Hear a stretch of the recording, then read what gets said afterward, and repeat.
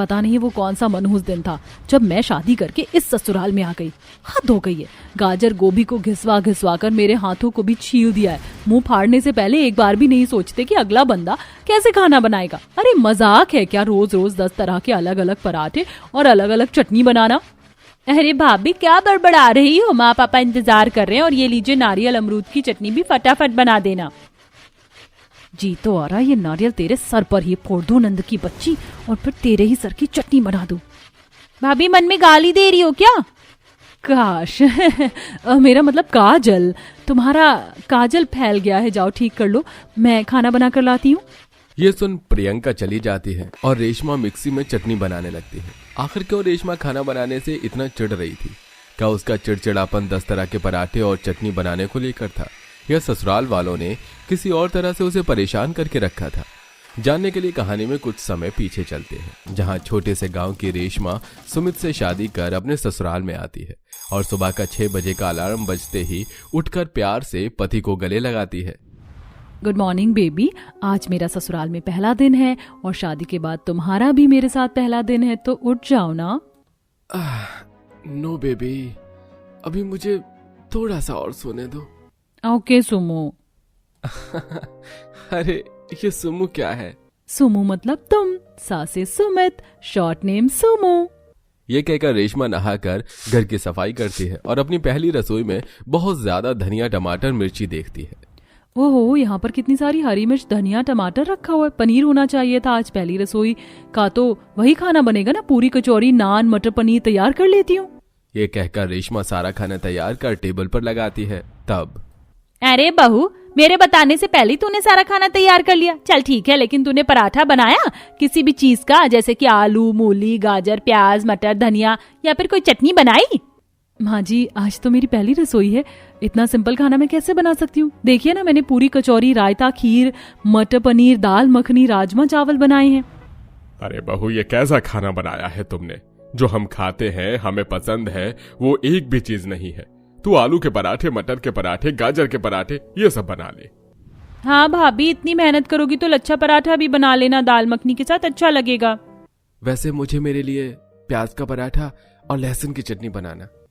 आप सब ये क्या बोल रहे हैं? अगर मैं ये सब खाना बनाऊंगी तो टाइम भी लगेगा और जो मैंने खाना बनाया वो भी बर्बाद हो जाएगा।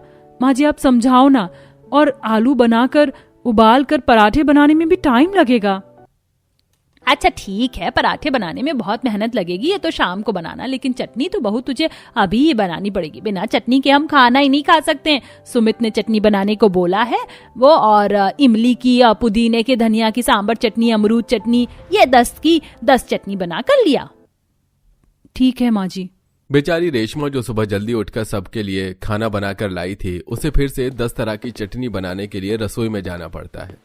दिमाग खराब करके रख दिया है इन्हें, किसी की मेहनत समझ ही नहीं आती है क्या? ये नहीं, बहू ने पहली रसोई में इतना बढ़िया खाना बनाया है, लेकिन नहीं, वही भिखारियों वाला पराठा और चटनी खानी है। अब ये नारियल कैसे छीलूं?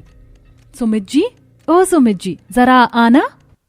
यह सुन सुमित रसोई में आता है और रेशमा उससे नारियल छिलवा लेती है, जिसके बाद रेशमा नारियल की चटनी बना देती है और 10 तरीके की चटनी बनाकर घर वालों को पहली रसोई में खिला देती है, जिसे खाकर कुछ खुश होते हैं तो कुछ मुंह बनाते हैं।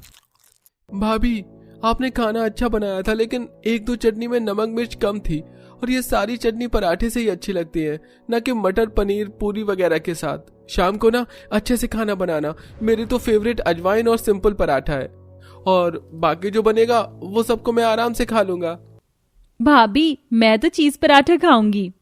हाँ बहू, और ये मोमोज वाली तो तुमने बहुत तीखी चटनी कर दी थी, और शेजवान ये ज्यादा मीठी लग रही है। थोड़ा हिसाब से बनाती ना चटनी।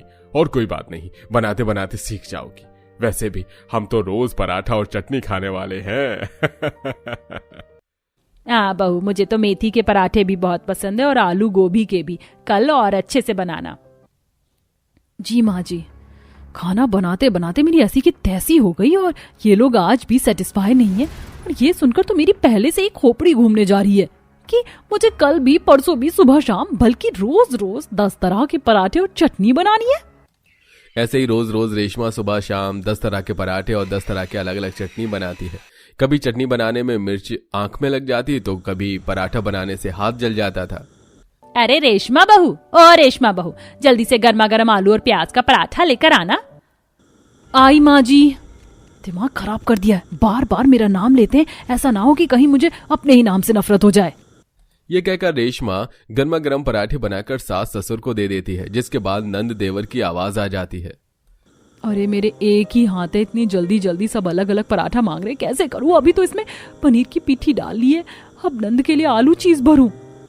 रेशमा फटाफट पराठा बनाकर दोनों को परोस देती है। अरे भाभी, मुझे आलू चीज का पराठा नहीं चाहिए, मेरा पनीर का पराठा था। अरे हाँ, वो पराठा एक्सचेंज हो गया। आप लोग इतने तरह तरह के पराठे बनवाते कि एक्सचेंज ही हो जाता है। वो दोनों चटनी परोस दो और पराठे भी ला दो, अलग अलग तरह के।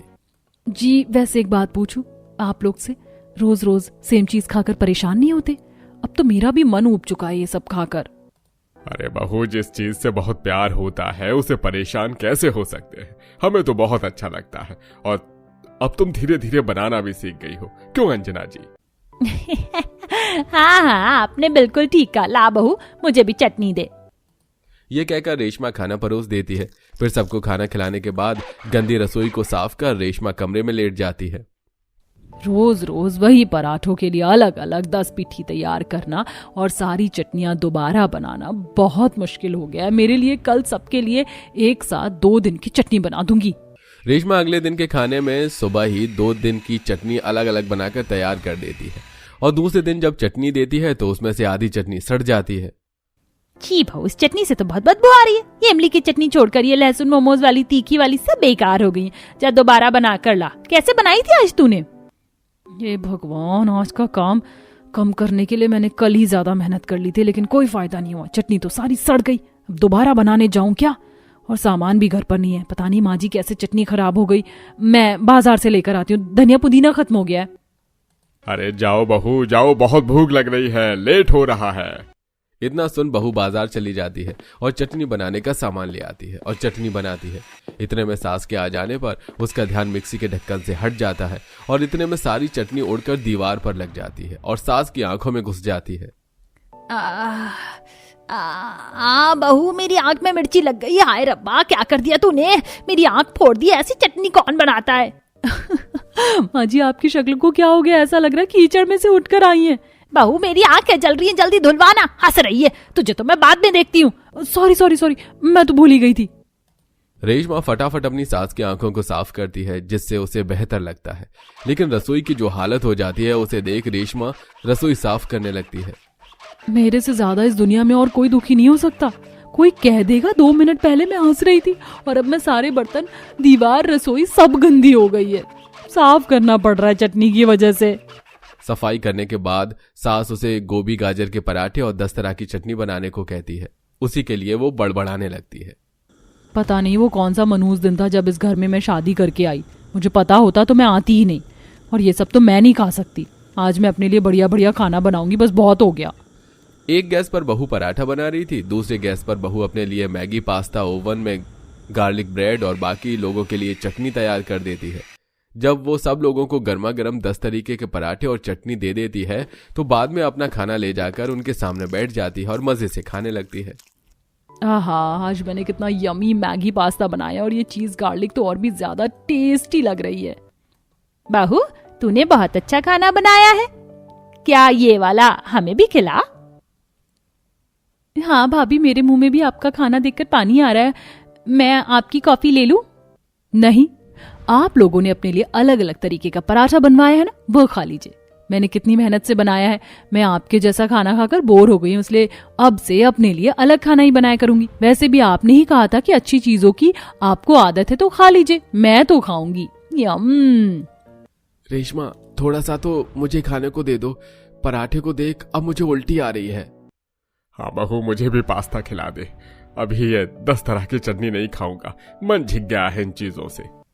हाँ बहू, अब से हम ये सब खाना नहीं खाएंगे। अब रोज अलग अलग तरीके का खाना खाएंगे, तो जो भी अपने मन से बनाएगी वो खाएंगे। बस ये चटनी पराठा मत बनाना। पक्का माँ जी? सोच लीजिए, आपके पराठे और चटनी बनाते बनाते मेरे हाथ छिल चुके हैं और जल भी गए। फिर भी आपके लिए मैंने इतना किया, आपने कभी मेरे बारे में नहीं सोचा। लेकिन आप लोग अलग अलग खाने को तैयार हैं तो मैं भी इस बात से खुश हूँ। आपको पता है मैंने आप सबके लिए थोड़ा थोड़ा एक्स्ट्रा बनाया है, मैं अभी लेकर आती हूँ। है सच? इस तरह घर वाले 10 तरीके के पराठा और चटनी को छोड़कर बहू की बनाई स्वादिष्ट चीजों को खाते हैं और इस तरह रेशमा को रोज वही खाना बनाने से मुक्ति मिल जाती है। बाप रे बाप, यहाँ पर कितने सारे चांदी के गिफ्ट हैं। मुझे तो लगता है इन चांदी के गिफ्ट में और कुछ नहीं होगा। ये वाला खोल लेती हूँ, चमकीले कागज वाला। अरे वाह, इसके अंदर तो बहुत प्यारी सी साड़ी और नग वाला हार है। वाह, अभी पहनती हूँ। ये कहकर जैसे ही शिवानी हार को पहनकर खुश होती है तभी सास उसके गले से हार निकालकर डस्टबिन में फेंक देती है। यही दिन रह गए हैं मेरे चांदी के बड़े से ससुराल में, अब तू ये नकली आर्टिफिशियल हार पहने। माँ जी, वो बहुत सुंदर हार था, आपने उसे फेंका क्यों? अभी अभी बोला, समझ नहीं आया तुझे? आखिर वही वाली बात है ना, तो जैसी गरीब बहू को इस घर की नौकरानी बनना चाहिए था, ना कि बहू रानी। पर इतने बड़े चांदी के ससुराल में तो उस बहू के पद के लायक ही नहीं है। अरे तुझे हार पहनना है ना, ये ले पहन। ये कहते ही सास उस पर साइड में रखे चांदी के 3-4 हार और बाकी के चांदी के गहने सिर पर रखकर डाल देती है। ले पहन, जितना पहनना है तुझे, लेकिन चांदी पहनेगी ससुराल में, ना कि गरीब वाली चीज। नहीं, तू तो चाहती अमीर होने के बावजूद भी हमारी बेइज्जती हो, पर मैं ऐसा होने नहीं दूंगी। ऐसा कहकर निर्मला चली जाती है और शिवानी की आंखें आंसुओं से भर जाती हैं। मुझे नहीं पता था इतने बड़े चांदी के ससुराल में मेरा पहला दिन ऐसा जाएगा और मैं रोती रहूंगी। सुबह से सुन रही हूँ बस, न जाने आगे क्या क्या होगा। आखिर क्यों शिवानी ने ऐसा कहा कि उसके बड़े से चांदी के ससुराल में पहला दिन अच्छा नहीं गया और क्या क्या हुआ था उसके पहले दिन में? जानने के लिए कहानी में कुछ समय पीछे चलते हैं, जहां मयंक अपनी मां निर्मला से लड़ रहा होता है और लड़की की फोटो देख निर्मला मोमबत्ती से जला देती है। तो इस लड़की से शादी करेगा तो मैं तेरी शादी इससे कभी नहीं होने दूंगी। आपने उसकी फोटो क्यों जला दी? मयंक उस जली हुई फोटो को बुझाकर अपने सीने से लगाता है। माँ, मैं शिवानी से बहुत प्यार करता हूँ और शादी भी उससे ही करूंगा। आपको जो समझना है समझ लीजिए। जब मैंने उसकी फोटो को नहीं जलने दिया तो उसे अकेला छोड़ने की कैसे सोच सकता हूँ? मैं आपका इकलौता बेटा हूँ। आप चाहती हैं कि मैं आपको छोड़कर चला जाऊं तो चला जाऊंगा, फिर रहना आप चांदी के इस बड़े से घर में। भैया, आपको एक वही झुग्गी झोपड़ी की गरीब लड़की मिली थी शादी करने को? अरे माँ, आपको कितनी अच्छी अच्छी सोने के घर वाली, चांदी के घर वाली लड़कियां दिखा रही हैं, उससे शादी कर लीजिए। मैंने बोल दिया ना, मैं शिवानी से ही शादी करूंगा। आप तैयारी शुरू कर दीजिए वरना मैं अपना बैग पैक करूं। नहीं नहीं, तू कहीं भी मत जा, मैं तेरी उस लड़की से शादी करवाने को राजी हूँ। मेरी मजबूरी है जो उस गरीब लड़की को मुझे चांदी के इस बड़े से ससुराल में लाना होगा, वरना मेरा इकलौता बेटा मुझे छोड़कर चला जाएगा। लेकिन जब वो आ जाएगी ना, यहाँ मैं उसका जीना हराम कर दूंगी। ठीक है माँ, तो चलिए आज रोका करके आ जाइए। कुछ देर बाद निर्मला शिवानी के घर जाकर उसके सर पर शगुन की चुन्नी उड़ाकर अपने बेटे से उसका रोका करवा देती है और कुछ दिनों बाद शिवानी और मयंक शादी करके चांदी के ससुराल में आते हैं, जहां हर तरफ चांदी ही चांदी थी। शिवानी के सामने चांदी के लोटे में चांदी के चावल रखे हुए थे, जिसे धीरे से गिराकर वो घर के अंदर आती है। मुझे यकीन नहीं हो रहा, गृह प्रवेश के चावल भी चांदी के थे और मेरा इतना बड़ा ससुराल है चांदी का। सही बोला था माँ ने, मेरी तो चांदी ही चांदी हो गई। अरे बाप रे, कितना बड़ा चांदी का झूमर है। वाह माँ जी, एक चांदी की पाजेब लेना भी मेरे लिए मुश्किल हो रहा था। आपका ये चांदी का घर कितने करोड़ और रुपए का होगा। आखिर घर में आते ही इसने अपनी औकात दिखा ही दी। बहू, जितने तेरे सर पर बाल नहीं है ना, उतने करोड़ों रुपए का है ये चांदी का ससुराल। इस नॉनसेंस गरीब को मैं अपनी भाभी कैसे एक्सेप्ट करूं, मुझे तो समझ नहीं आ रहा। बस मेरे दोस्त मेरा मजाक ना उड़ाए। शट अप मुस्कान, और माँ आप भी। ये सब उसके लिए बहुत नया है, खुश तो होगी ही वो। पहली बात, अब वो इस घर की बहू है तो उसे वो इज्जत दीजिए। उस इज्जत के लायक हो तब तो मिले भी। खैर, कुछ ही देर में पड़ोसन घर में आने वाली है, मुंह दिखाई के लिए, तो इसको बोल दे अच्छे से तैयार हो जाए। ये कहकर सास और नंद अपने कमरे में चले जाते हैं। सास की जल्ली कटी बात सुनकर शिवानी की आंखों में आंसू आ जाते हैं और मयंक उसे कमरे में ले जाकर संभालता है और नए गहने और महंगे कपड़े देता है, जिसे पहनने के बाद वो बहुत सुंदर लगती है और घूंघट में जाकर नीचे सोफे पर बैठ जाती है। आसपास की औरतें आकर बहू का घूंघट उठाकर उसे शगुन देती हैं। ऐसे बहू तो तेरी दिखने में सुंदर है, लेकिन घर से दहेज कितना लाई है ये तो बता। अरे हाँ, यही तो मैं भी पूछना चाहती हूँ। अब इतने बड़े चांदी के ससुराल में आई तो मोटा दहेज तो लाई होगी। चल निर्मला, तू ही दिखा दे। अरे ये गरीब नवाज कुछ भी लेकर नहीं आई है। इतने ही दहेज लाने वाली होती तो मैं अलग ही खुश होती। दहेज में एक चांदी की चम्मच तक नहीं लाई।